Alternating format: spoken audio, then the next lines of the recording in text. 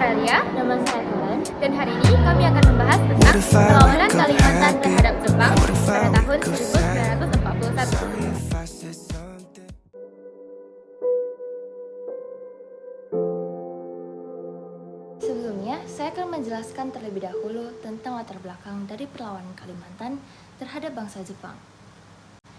Penyebab perlawanan rakyat Kalimantan terhadap Jepang sebenarnya sangatlah kompleks. Jepang pertama kali mendarati Pontianak, Kalimantan Barat pada tanggal 19 Desember 1941. Setelah mereka berhasil mengusir Belanda tanpa mendapatkan perlawanan yang berarti, Jepang pun mudah menguasai kota-kota pedalaman seperti Putu Sibau dan Sanggau, hingga kota besar seperti Banjarmasin.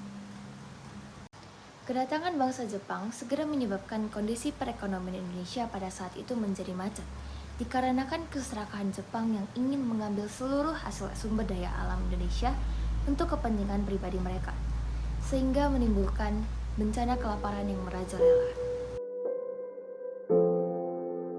Selain itu, pada awal pendudukan Jepang di Kalimantan Barat, ada dua perusahaan yang masuk, yaitu Nomura, perusahaan yang berfokus pada pertambangan, dan juga Sumitomo yang berfokus pada perkayuan.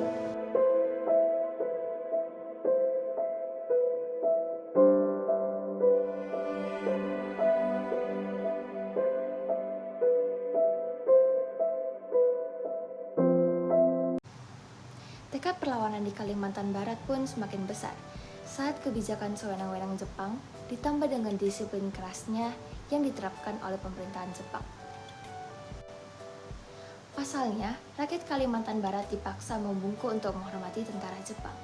Apabila rakyat Indonesia menolak, mereka akan diberi kekerasan fisik. Tindakan yang dilakukan Jepang ini tidak dapat ditoleransi lagi, karena dianggap sebagai pelanggaran serius terhadap kehormatan diri rakyat. Selanjutnya, kita akan masuk ke bagian pertanyaan. Dan berikut ini adalah pertanyaan-pertanyaan yang akan kita bahas di dalam video ini. Pertanyaan pertama, yaitu apa yang memicu perlawanan penduduk Kalimantan terhadap Jepang?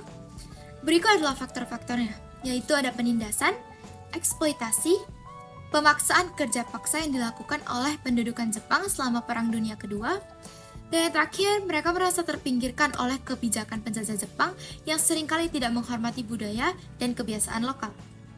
Lalu ada pertanyaan kedua, yaitu siapakah tokoh-tokoh utama dalam perlawanan Kalimantan terhadap Jepang? Tokoh utama yang berperan penting yaitu adalah Pangeran Diponegoro, Sultan Kutai, dan Tengku Umar, karena mereka adalah pemimpin yang berani dan memimpin perlawanan melawan penjajah Jepang di wilayah Kalimantan dengan hebat dan berjasa. Lalu pertanyaan ketiga, bagaimana strategi perlawanan dilakukan oleh penduduk Kalimantan? Strategi perlawanan yang mereka lakukan itu adalah perang gerilya, sabotase terhadap infrastruktur Jepang, kampanye penyuluhan dan pemberontakan rakyat, dan yang terakhir, mereka melakukan koordinasi antara berbagai kelompok perlawanan di wilayah tersebut untuk memperkuat gerakan perlawanan mereka. Lalu, untuk pertanyaan keempat, yaitu apa saja bentuk perlawanan yang dilakukan oleh masyarakat Kalimantan terhadap Jepang? Bentuk-bentuk perlawanan masyarakat Kalimantan terhadap Jepang, yaitu yang pertama adalah menyerbu markas-markas tentara Jepang di berbagai daerah. Yang kedua, mereka melakukan serangan-serangan gerilya di hutan-hutan dan pegunungan. Yang ketiga, mereka juga melakukan sabotase-sabotase terhadap sarana transportasi dan komunikasi milik Jepang.